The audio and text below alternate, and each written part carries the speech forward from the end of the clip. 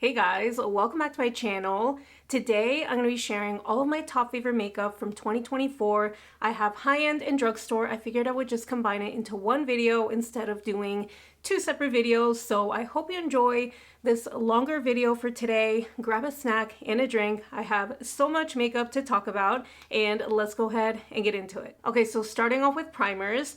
I tried to keep each category to no more than 5 products. There's maybe 1 to 2 categories where I have a little bit more than that. It was just hard for me to narrow down certain products in like maybe 1 to 2 categories, but besides that, there's up to 5 products in each one, and I'm going to try to go in order of application. So starting with primers, I have the e.l.f. Halo Glow Liquid Filter in the shade Medium 3.5, which I believe is in your shade, and this one has been working for me really nicely because it's a medium olive tone shade, which is very hard to find, but this I use as a primer slash under foundation highlighter. So I do like to apply this on the high points of my face, and because it is a very glowy product, I usually like to skip powder highlighter, but sometimes I do apply some sort of powder highlighter anyway because sometimes I'm just in the mood for it. But lately I've usually just been using this one as a type of highlighter. So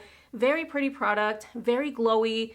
I just love the effect that it gives my skin, and I love this underneath foundation. These two are also from e.l.f., but these are actual primers. I know the e.l.f. liquid filter is more of a glowy base type of product, but when I want to minimize my pores, I do like to reach for the e.l.f. liquid poreless putty primer. This one is also lightly mattifying, and it's just a thinner, lighter weight option than something like the original poreless putty primer, which I also really like. I just didn't reach for that one all that much in 2024. I reached for this one the most. So it does give some light mattifying and it blurs my skin. I do like to keep this on just my T-zone because if I use it all over, it's just a little bit too drying. Now, when I want to add hydration to my skin and my skin is just feeling a little lackluster and dehydrated, I do like to reach for the Power Grip Primer plus 4% niacinamide. Now, I've never tried the original Power Grip Primer, which doesn't have niacinamide, so let me know if you guys have tried it, and if you've tried this one as well, how do they compare? Because I'm very curious. But this one gives some hydration to the skin. It doesn't do anything to blur my pores, or it doesn't give any sort of smoothing effect to my skin, but I really just like it to add hydration, and it does grip onto makeup, so it helps my makeup to last longer. So I did go through an entire mini of this. This is actually my second mini that I'm working through. It's really rare for me to use an entire product, even when it's a mini. It takes me forever to use up any makeup, even when they're smaller sizes. This one from Huda Beauty, the Easy Blur Primer, I ended up really liking. Now, the Easy Blur Foundation, I did not like. That one just didn't work for my skin for some reason. I know it was super popular and it seemed to work on almost everyone that tried it, but for some reason, my skin hated it. It just emphasized all of my pores and texture, and it didn't really want to blend out on my skin for some reason. Even when I used a primer, like I tried it with a bunch of different primers. I tried it with this one, and no matter what I did, it just didn't want to look good on my skin. So unfortunately, that one didn't work out for me, but the Easy Blur Primer I have been really enjoying. It does give a slight blurring effect. I know it's not super dramatic compared to something like a silicone-based primer. This one is silicone-free, but it gives a smoothing effect, or at least like enough of a smoothing effect for me to like the look of this. It feels nice and cooling on the skin, but not in a minty way. It kind of just feels a little bit cold on my skin, which I really enjoy. Moving on to foundations, I do have 4, surprisingly. I am so picky with foundations, and most of them don't end up working for me. So the fact that I have these 4 to talk about means that I really enjoyed them, and I'm kind of surprised that I do have 4 to talk about in this category. Starting off with the one that has the least amount of coverage, and this one is technically a skin tint. So this is the Covergirl Simply Ageless Skin Perfector Essence, and this one I use mainly in the shade 40 medium. I did pick up the shade 30 light medium to mix into that one just because I did lose my tan from the summer, so I have been mixing a little bit of the shade 30 Light Medium into medium, and it's been working great for me. But this one is a skin tint. It does have sheer to light coverage. I do like to blend this in with my fingertips, and then I press it in with my sponge, and it just looks so natural, and it gives a little bit of a radiant look to the skin without looking super glowy. So very pretty, very comfortable. I don't feel like I'm wearing any makeup whenever I wear this. And then this one from Maybelline is technically a skin tint, but this one is basically a foundation, and I'm pretty sure a lot of you would agree with me on that because it does have a lot of coverage. This is the Maybelline Super Stay 24-Hour Skin Tint with Vitamin C. This one has amazing coverage. It blends out so effortlessly, and it gives just a really pretty natural finish, I would say, with a hint of radiance. So not glowy, but also not matte. It's kind of somewhere in the middle. This one, it wears a really long time on me. It has great coverage. And even when my skin is having issues, like a lot of dry patches, this one always looks good on me. So it's just such a good one of the best foundations at the drugstore. And then another one from the drugstore, this is the L'Oreal Infallible up to 32-hour wear fresh wear foundation. Now this is the reformulated version of the original fresh wear foundation, which was probably my #1 favorite foundation. Now, I will say I do love this one, but the original is just a little bit more perfecting in my opinion. There's just something special about the original one, so I don't know why they decided to reformulate it, but if you like that one, I feel like you'll end up liking this one. I would say the main difference is that the original was a little bit more matte, and it gave a slightly more perfected look to the skin. This one, again, I still love. I love the way that this makes my skin look, and I've received compliments whenever I wear this, especially from my husband. He always ends up liking the way that my skin looks whenever I wear this. It does give, I would say, a natural leaning matte finish, but it's super comfortable on the skin, very lightweight. That's always what I'm looking for with foundations. And actually, I am wearing this one today. I almost forgot to mention that. This one I would say is my #1 favorite high-end foundation, and nothing has been able to replace it. This is the Nars Light Reflecting Foundation. It definitely leans radiant, so I do have to powder all over my skin because it can start looking dewy and maybe a little bit too luminous after a few hours, but it is just such a beautiful finish. So I just make sure to powder properly, and sometimes I do like to use a primer with this, but this is more so like a foundation with skincare ingredients, so that's probably why it can get a little bit dewy, but I love the finish. It works for me even when I'm having skin issues, and it continues to be a favorite. Next up is concealer, and I'm gonna start off with my #1 concealer of 2024. This is the one that I reached for the most. This is the Haus Triclone Skin Tech Concealer in the shade 13 Light Neutral. This concealer is super long wearing, it has really good coverage, and it just always looks really nice and smooth on my under eyes, so I can always count on this one to look good no matter what, no matter if I'm struggling with dry under eyes. The Maybelline Instant Age Rewind Eraser Concealer. This one I have tried in the past, but in 2024 I ended up using it so often, and it just always looks good on my under eyes. It's definitely a thinner and lighter weight texture than the Haus one, but it gives a really smoothing effect. And honestly, they look very similar. It also wears a really long time. It has really good coverage, and it's a classic for a reason. A lot of people love this one with good reason, so I do highly, highly recommend this one. This one from Makeup Forever, this is the Ultra HD Light Capturing Self-Setting Concealer. Now, I don't know if they're gonna discontinue this one because it is a little bit harder to find, but I have seen it on their website, so hopefully they aren't discontinuing it. But this one I like to use for spot concealing. I do really like it on my under eyes, but I especially love this one to spot conceal any areas, even when I'm wearing foundation, or especially for no foundation makeup days. This one is perfect for that because it's very natural looking, and it honestly almost looks like you're not wearing any concealer, but it also gives coverage, which is kind of crazy to me. I don't know how they did that with this concealer, but it is so good. I highly recommend it. Hopefully they aren't getting rid of it because I definitely need to buy at least like one backup for each shade. Moving on to cream and liquid bronzers, I do have 5. So starting with the Milani Cheek Kiss Cream Bronzer, this is in the shade Hey Honey. This one blends so beautifully on the skin. It's so easy to use and it just never looks patchy on the skin. It's just a really, really good, affordable option. Honestly, very comparable to the Nars Cream Bronzer and the Tower 28 one. I feel like this is kind of like a combo of those two, which I also really love.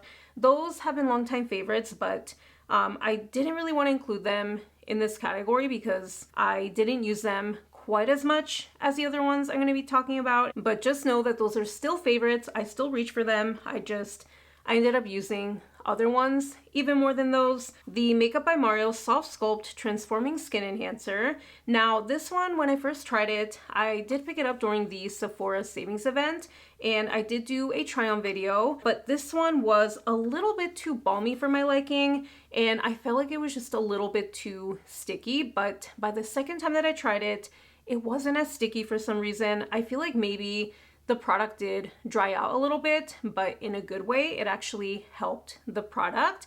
So I absolutely love this one. I have been using it a ton, both natural and more glam makeup days. And I always want to reach for this.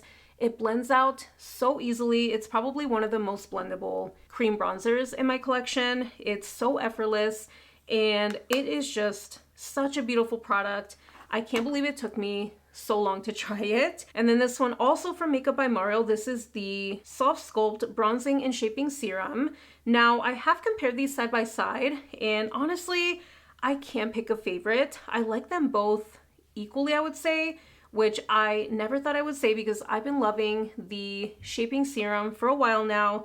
And this one is very easy to blend as well. So I think it's just more of like what you prefer texture wise. This one is a serum / liquid consistency, whereas the skin enhancer is a cream, but they both look very, very pretty on the skin. They're both not super pigmented, so I think that's why I like them so much. I like the fact that I can build them up. And then surprisingly, I do have one more liquid bronzer / contour to talk about. I'm honestly surprised because I usually don't love liquid bronzers. They don't really blend out the best in my opinion. Sometimes it can be a little patchy, but these two have been working great for me. So this one is the e.l.f. Camo Liquid Bronzer and Contour in the shade Light. This one really surprised me because even though it is super pigmented, it blends out really easily. So I do like to apply it to the back of my hand first and then tap into it with my brush, as opposed to dotting it directly onto my skin. I know I do that sometimes. It kind of just depends on how I'm feeling that day, or like if I'm lazy, I do apply it directly and it still blends out nicely. But if you really want the smoothest and easiest application, I would say apply it to the back of your hand and then dip your brush into it and then apply it to your skin, and it just looks the most seamless that way. So this one surprised me. I'm not usually a huge fan of liquid bronzers / contours. They don't always blend out the best in my opinion, and they can look a little bit patchy. But these two were really good liquid bronzers / contours. And then finally, this one from Too Faced. This is the Melting Bronzing and Sculpting Stick in the shade Chocolate Mousse. Now, when I first purchased this, I thought I got a different shade. So I thought that this shade was gonna be too gray on me. And it does look like a very cool tone shade in the stick. But once I apply it to my skin, it looks warmer than it appears in the tube. So I don't know how that works, but it works perfectly for me. I'm really glad that I got this shade. I don't know how well it shows up on camera, but it does look like it leans cool toned and almost gray, but here it is swatched. It still looks pretty cool toned, but again, once I start blending it out, it does look warmer. So this is a really good shade for me. I love the undertone, and it is a super, super soft formula. It definitely is very melty on the skin, so very easy to blend out. I would say this is the creamiest cream bronzer out of all of the ones that I have. So I do have to be careful to not apply too much pressure when I apply this because it is so soft and melty. Next up are cream and liquid blushes. This one from Huda Beauty. This is the blush filter. Kind of like with liquid bronzers, I don't always love liquid blushes. They're just a little bit trickier to blend out compared to cream ones, but this one is so easy to blend. I love this shade because it does look kind of like a bronzy terracotta shade, so I can kind of use it like a bronzer. And even though it is technically a liquid, I would say it has a little bit of moussiness to it, so not completely liquid, but it's just such a nice texture, and this shade is gorgeous. I don't even think I said which shade it is. This one is called Latte, and I feel like that is just the perfect name for this one. It is a brownish terracotta. Super, super pretty. I love shades like this. These cooling water jelly tints from Milk Makeup also really surprised me. I didn't know how I was gonna feel about them, but I ended up loving them. And this one was my most used shade. This is in the shade Spritz, which is a corally orange. And then this one in the shade Splash, I also really like, but I just don't use it as much as the shade Spritz. It's more of a pinky berry color, but these have a really interesting jelly texture. And these are stains, so whenever I apply them, I do have to work super, super quickly, but I don't mind because I love the look that they give. They do last a really long time on me because, again, they are a stain, so I did end up using these a ton in the summer. They're just super long wearing and pretty much budge proof. They last all day long. And then the Patrick Ta Double Take Cream and Powder Blush Duo in the shade Not Too Much. This one I already loved in the shade She's So LA, but this one I think I like even more because I can just use it with more different looks because of the undertone. So this is a soft rosy taupe. I am wearing this one right now, and I'm actually wearing a lot of these products. I probably should have mentioned that, but I especially like the cream part. I do like to use the powder one, but not as often. There's just something special about the cream formula. It's very balmy, but it blends out really easily, and I love the glowiness that it adds to my cheeks. And then as for powder blushes, this one I'm actually wearing over top of the cream part. This is the Fenty Beauty Suede Powder Blush in the shade Bacon Cakes, and this is a really pretty soft rosy taupe shade. This one is definitely a little bit more taupey than the Patrick Ta one, but this is such a nice formula. Very soft and smooth, and it's not completely matte.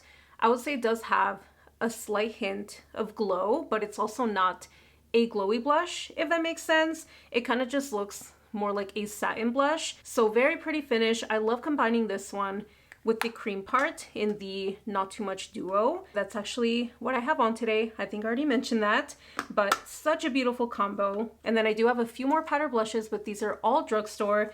The Drugstore has so many pretty blushes, especially powder blushes. They're just some of my favorites. So the Wet n Wild Color Icon Powder Blush in the shade Naked Brown. This one is a really pretty rosy brown shade, and I really like that this one is buildable. It's not super pigmented right off the bat, so you definitely have to build it up if you want a lot of pigment, but I love how soft this formula is, and it does lean a little bit more matte than the Fenty Beauty one, but they have a really similar undertone, I would say. Now that I'm looking at them side by side, they do look like very similar shades. But yeah, very beautiful formula, really nice and buildable. If you don't want anything super pigmented, but you can also build it up, I would highly recommend this one. And then these blushes from Essence, these are the Pure Nude Baked Blushes. This one is in the shade Rosy Rosewood, and this is very, very comparable to the Hourglass Ambient Lighting blushes, which I will show you in a little bit because I do have one of the holiday palettes to talk about. And then I also have the shade Goldie Cassis, and this one looks very purple, but it does go on more pinky on the cheeks with a hint of mauve. So I really like this one as well. This is such a unique blush shade in my collection, so I like reaching for this one when I'm doing mauvey and purple eye looks. It just complements the eye look really well, so this is a really nice and unique shade. I love using these as blush toppers, so even if I'm using some sort of cream or liquid blush, I like to apply something like this over top of it. and it just gives a very glowy finish to the cheeks. And then speaking of glowy blushes, the Hourglass Ambient Lighting Edit Unlocked Evil Eye palette. This is one of the Hourglass holiday palettes from this year. It's a really nice way of sampling a lot of their powder products, so this to me is definitely worth it.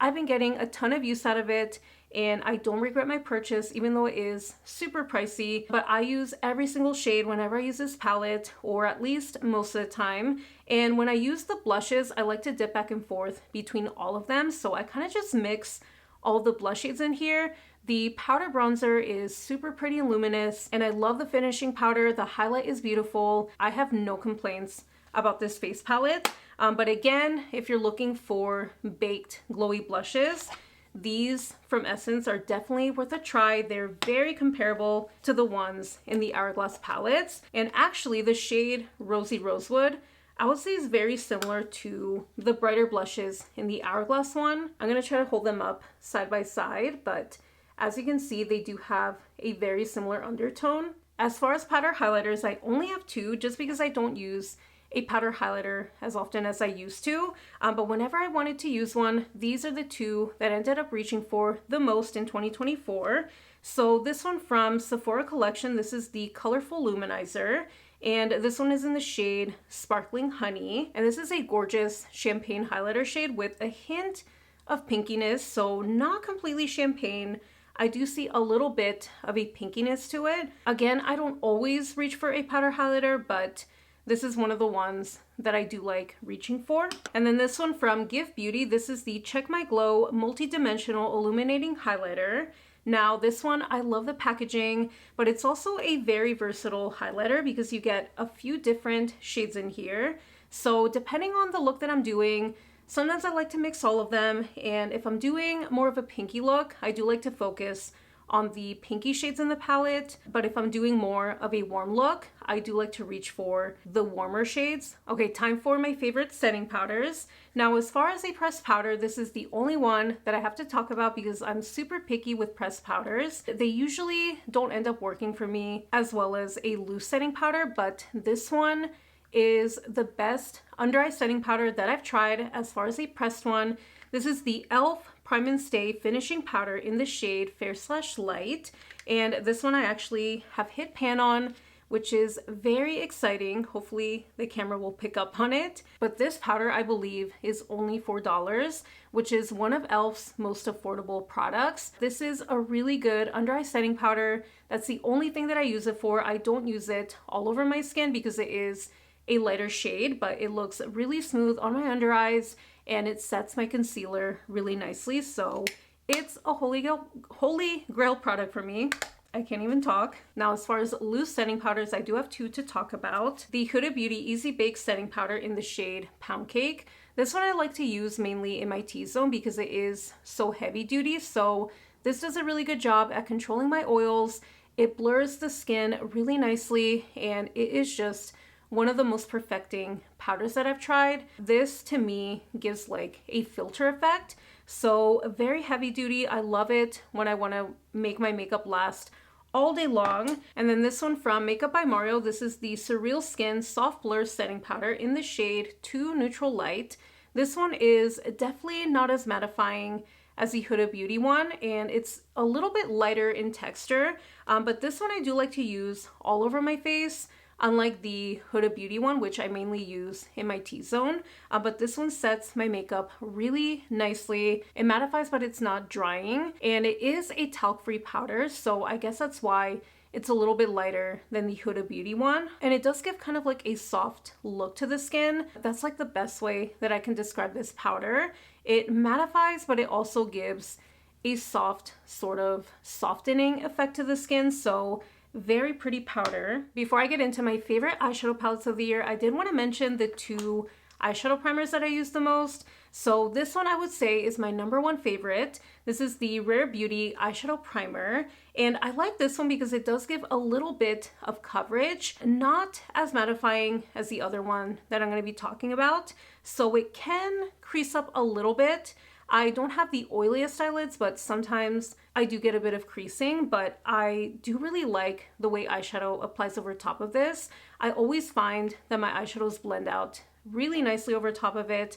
So this one is my favorite. Maybe not the best for super, super oily eyelids, but this one works really well for me. If you do have very oily eyelids, I think you would like the Milani eyeshadow primer the most. This one is more mattifying, so no creasing with this one, but it doesn't have any sort of coverage, so I think that's why I prefer the Rare Beauty one. But this is a really good drugstore option, and again, if you have oily eyelids, I think this one would work really nicely for you. So getting into my favorite eyeshadow palettes of the year, I do have 5 to talk about. In no particular order, this one from Natasha Denona. This is the Mini Nude palette, and this one is just a really easy palette to use. You don't have a ton of options, but I actually like that about it.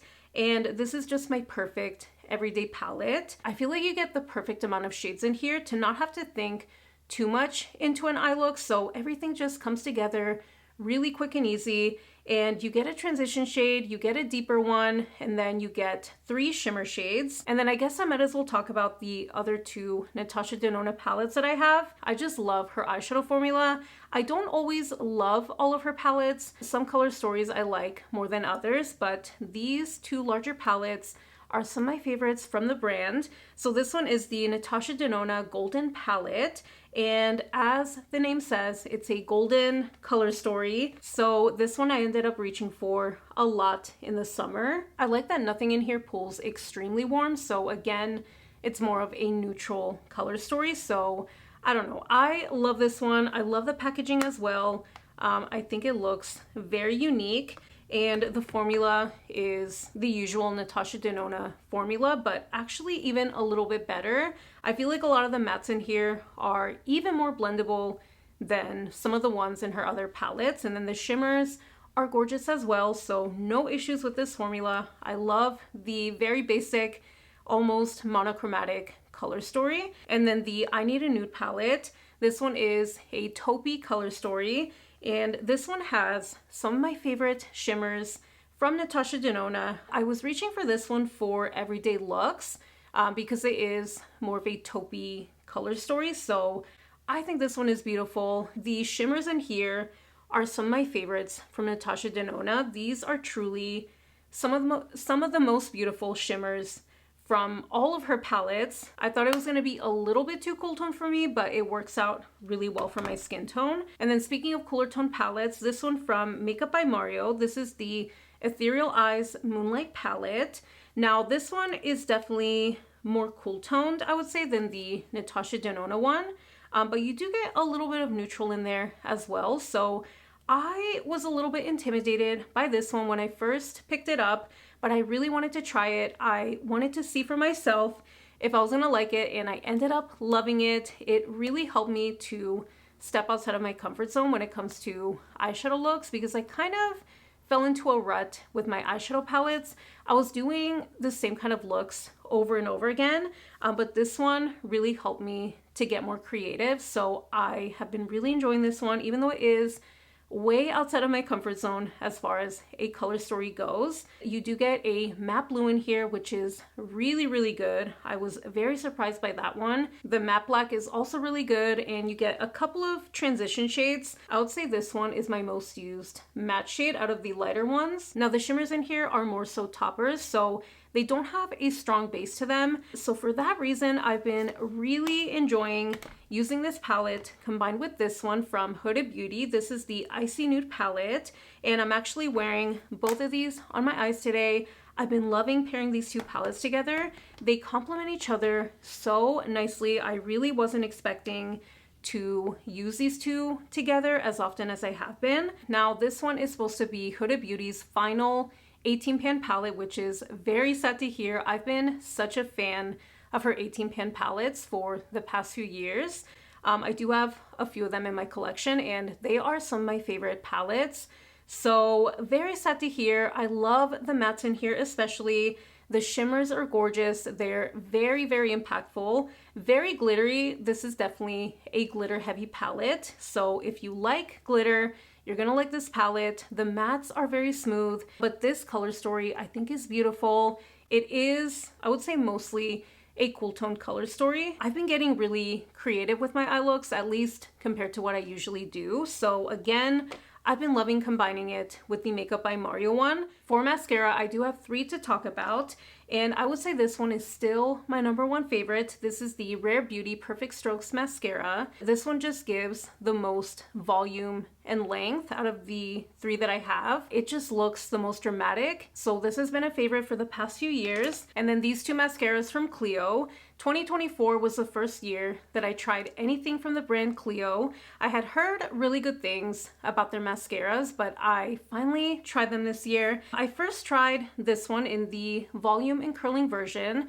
This is the Clio Kill Lash Super Proof Mascara in volume and curling, and this is a really good mascara. It's truly waterproof. So I did first try the volume and curling one, and I really like this one still. But now that I tried the sleek volume one in the red tube, I like this one even more. This is the one that I have on my lashes today, and it gives a little bit more length and volume than the volume and curling one. But this one is still a very pretty mascara. I still like to use it, and I did repurchase it recently. But this one is the one that I'm working through right now. And I would say it has a very similar formula to the volume and curling one. So it's more so the brush that is different. So as you can see, the sleek volume one, which is in the red tube, has a curved wand, whereas the volume and curling has a straight one. So both of them have very thin mascara wands, but the curve of the sleek volume one gives my lashes a little bit more of a dramatic effect. So I have been loving the sleek volume one the most, but I still like the volume and curling one. The only 2 brow products that I have to talk about are both from e.l.f, and these are the Ultra Precise Brow Pencil in the shade Cool Brown and the Wow Brow Gel in the shade Deep Brown. These are just some of the best brow products that I've ever tried, and they're super affordable, so definitely worth checking out. For eyeliners, I have the Milani Stay Put eyeliners, and I would say my most used shade was the shade Semi Sweet, which is a dark brown. This one I just found myself reaching for constantly, no matter what kind of look I would do, and it's just a really nice long wearing eyeliner formula. So the Milani ones I highly recommend. The Too Faced Killer liners are also some of my favorite eyeliners, and I really like the shades that they have. They have some very unique ones. So these are the Killer liners, like I said, and I would say my most used one was Killer Chocolate, also a deep brown shade, but this one is a little bit warmer than Semi Sweet from Milani. Excuse my voice, it is starting to give out because I've been talking for over an hour at this point, so don't mind that. But these eyeliners from Too Faced are also very long wearing, and again, they have some very unique shades. I do have a few more, but I wanted to just mention these. So Killer Chocolate was my most used. I also like Killer Black, and then this one is more of a dark plummy brown shade. This one is called Killer Espresso. And then this one from ColourPop I've been using for a few years, so honestly I might have to replace this one soon because I don't know how many years I've had this. They still make it. This is in the shade Overboard, and this is a really pretty bronze. So I like to use this one in my waterline, especially when I'm doing bronzier eye looks. I have so many lip products to talk about.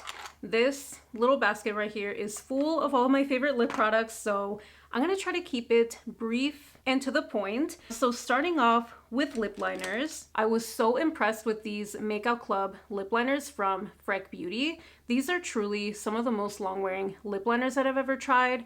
I like that they're retractable and they have some really pretty shades. I think the one that I used the most was a shade 4, which is a rosy cinnamon shade, but I also picked up shade number 3, and this is a lighter neutral shade. And then I also have shade 5, which is a deeper brown. So really beautiful formula, very long wearing, but also very creamy, so they do glide onto the lips really nicely. These lifter liners from Maybelline are also super long wearing, but these you do have to sharpen. The shade on it was definitely my most used shade, and it is just the perfect neutral leaning cool toned nude shade. So this one I used the most, but I also really like the shade Big Lift, and this one is a little bit more rosy, but also very pretty. These are some of the most long-wearing lip liners that I've tried, especially from the drugstore. Another drugstore option, but these are definitely not as long-wearing, as the Maybelline ones. These are a lot creamier, so they don't last as long on the lips, but I still really like the formula. I love how creamy they are, and they're really nice and pigmented, so I do like to use these kind of like lipsticks. But these are the e.l.f. Cream Glide lip liners, and they have some really pretty shades.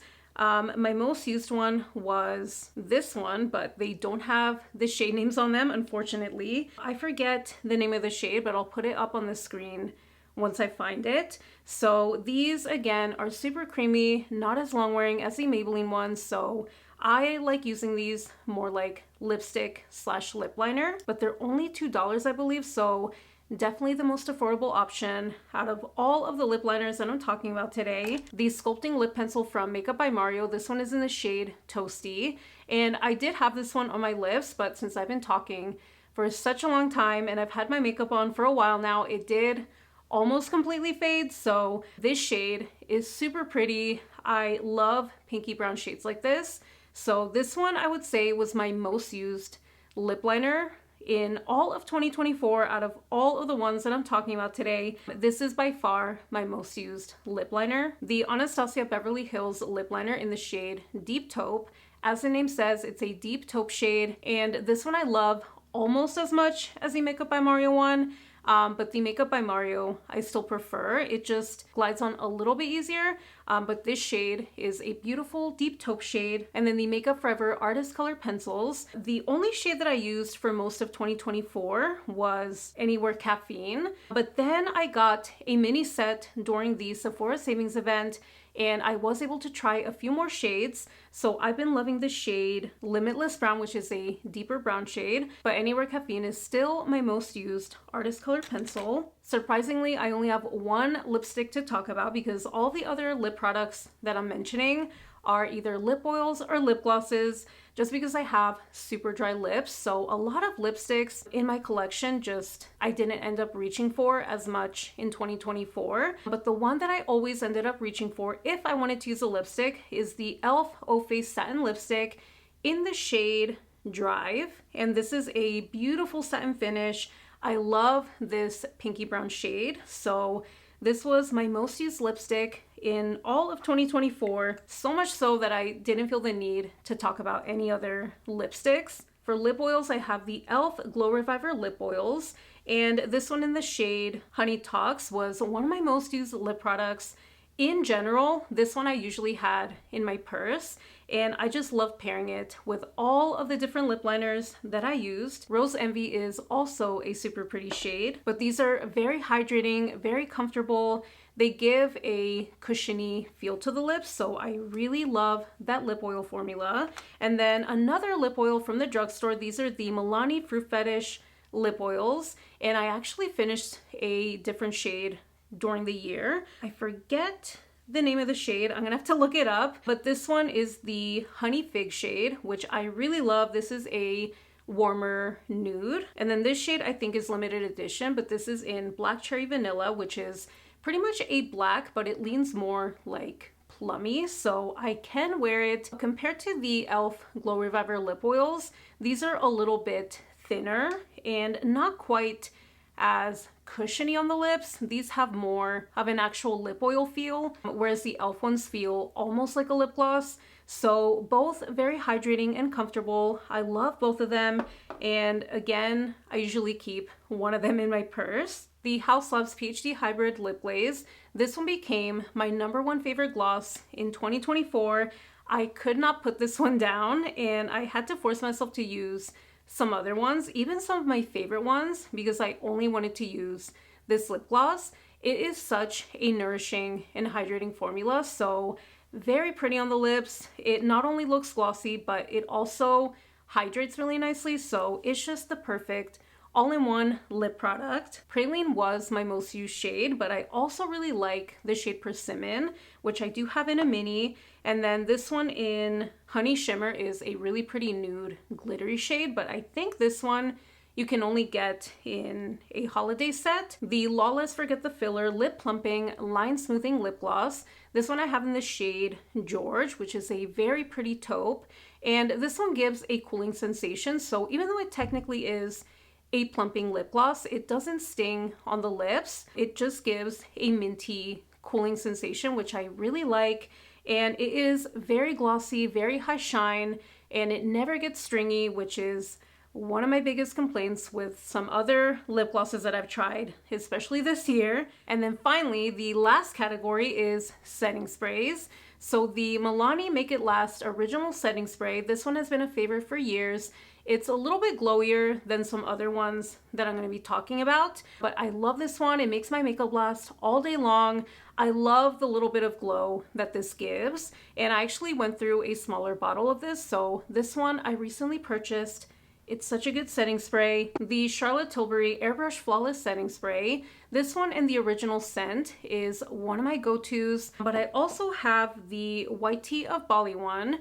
This one comes in a mini because I did purchase this as a set, so I don't know if they're gonna come out with a full size of it, but the fragrance is a little bit different. There are some differences in the ingredients as well, but honestly they perform pretty much the same in my opinion. I haven't really noticed much of a difference, but this is a really good alcohol-free setting spray, a little bit more matte than the Milani one, surprisingly, even though it doesn't have alcohol. The Milani one does have alcohol, but surprisingly it's glowier than this one, so I'm not sure how that works. All I know is that this one and the Milani one make my makeup last all day long. And then finally, the One Size Until Dawn Mattifying Waterproof Setting Spray. This one is very mattifying, and this one I like to use in combination with other setting sprays, so I especially love this one combined with the Charlotte Tilbury one. They just make the perfect setting spray combo, so I like applying the Charlotte Tilbury or the Milani one first, and then using the One Size as a finishing spray because it is more mattifying, so it just seals everything in. The only thing is that it does have a strong fragrance, and it is an aerosol can, so it can be a little bit irritating. I kind of just hold my breath when I spray it, so that's the only downside to that one, but it is such a solid setting spray. All right, you guys, so that completes my 2024 makeup favorites. I know I talked about a lot of different products, but those were truly my most used products of 2024. So these were my holy grails of the year, and I will continue to use them into 2025. Let me know what you guys used in 2024. What are some of your favorite products from the year? I would love to know. Thank you so much for watching, and thank you so much for liking, subscribing, even watching a few seconds or a few minutes of my videos. I truly, truly appreciate. Please subscribe if you haven't already, and I will see you in my next one. Bye.